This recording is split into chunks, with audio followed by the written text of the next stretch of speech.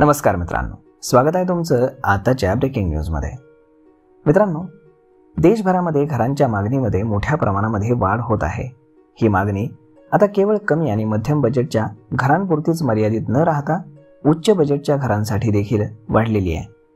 विशेषतः मोठ्या महानगरांबरोबरच लहान आणि मध्यम शहरातील लोक आता गृहकर्जाचा पर्याय निवडताना दिसत आहेत.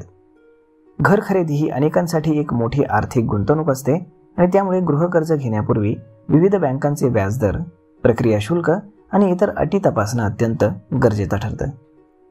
रिझर्व्ह बँकेनं रेपो दरामध्ये कपात केल्यानंतर अनेक बँकांनी गृहकर्जावरील व्याजदर थोडे कमी केलेत. मात्र कर्ज मंजुरीसाठी काही महत्त्वाचे घटक हे विचारात घेतले जातात, जसे की तुमचा क्रेडिट स्कोअर, परतफेडीचा इतिहास, आर्थिक स्थैर्य, उत्पन्नाचा स्रोत आणि नोकरीची खात्रीशीरता.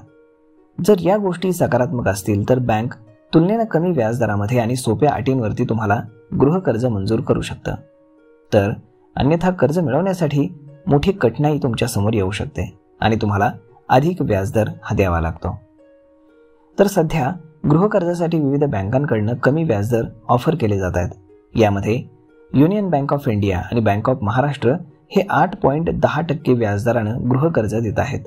तर बँक ऑफ बडोदा आणि पंजाब नॅशनल बँक हे 8.15% दरानं गृहकर्ज ऑफर करत आहेत. तर स्टेट बँक ऑफ इंडिया तुलनेनं अधिक म्हणजेच 8.25% व्याजदरानं गृहकर्ज देत आहे.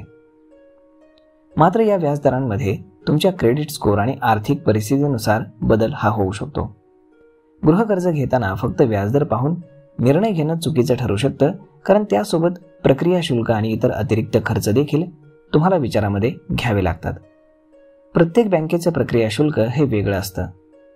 काही बँका कर्जाच्या रकमेच्या टक्केवारीनुसार शुल्क आकारतात, तर काही ठराविक स्थिर रक्कम आकारतात.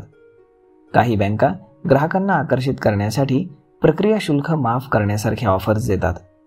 उदाहरणार्थ, युनियन बँक ऑफ इंडिया प्रक्रिया शुल्क म्हणून कर्जाच्या 0.50% रक्कम आकारते, जी कमीत कमी 10,000 रुपये इतकी असते.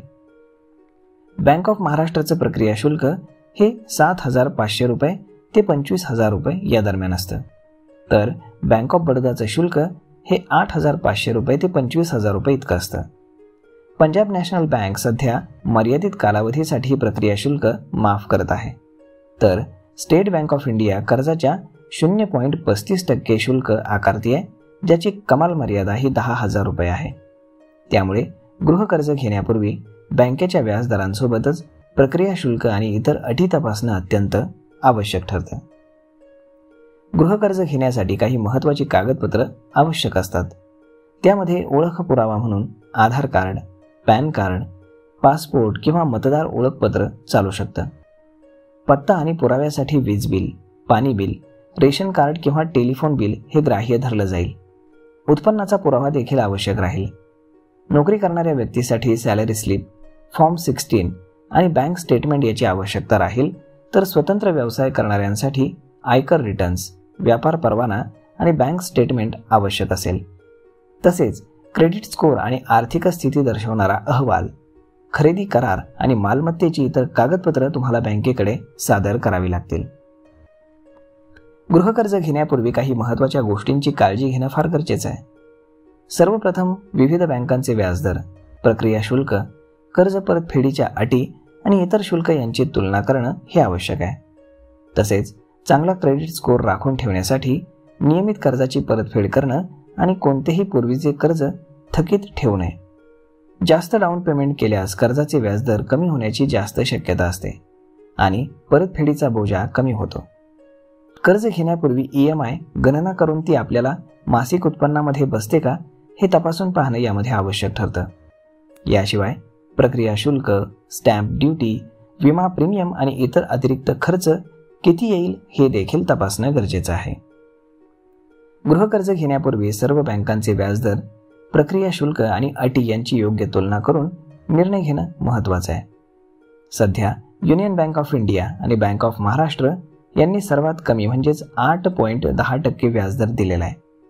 तर बँक ऑफ बडोदा आणि पंजाब नॅशनल बँक हे 8.15% दरानं गृहकर्ज देत आहे. स्टेट बँक ऑफ इंडिया तुलनेनं थोडेसे अधिक म्हणजेच 8.25% दरानं गृहकर्ज देत आहे. तर मग मित्रांनो, या संदर्भातली अधिक माहिती मिळवण्यासाठी तुम्ही या बँकांच्या अधिकृत वेबसाईटला भेट देऊ शकता किंवा बँकेच्या शाखेमध्ये जाऊन प्रत्यक्ष माहिती घेऊ शकता आणि त्यानंतरच कुठलीही कार्यवाही तुम्ही त्यावरती करावी. तर मग मित्रांनो, हा व्हिडिओ, ही माहिती तुम्हाला कशी वाटली हे तुम्ही आम्हाला कमेंट करून नक्कीच सांगा.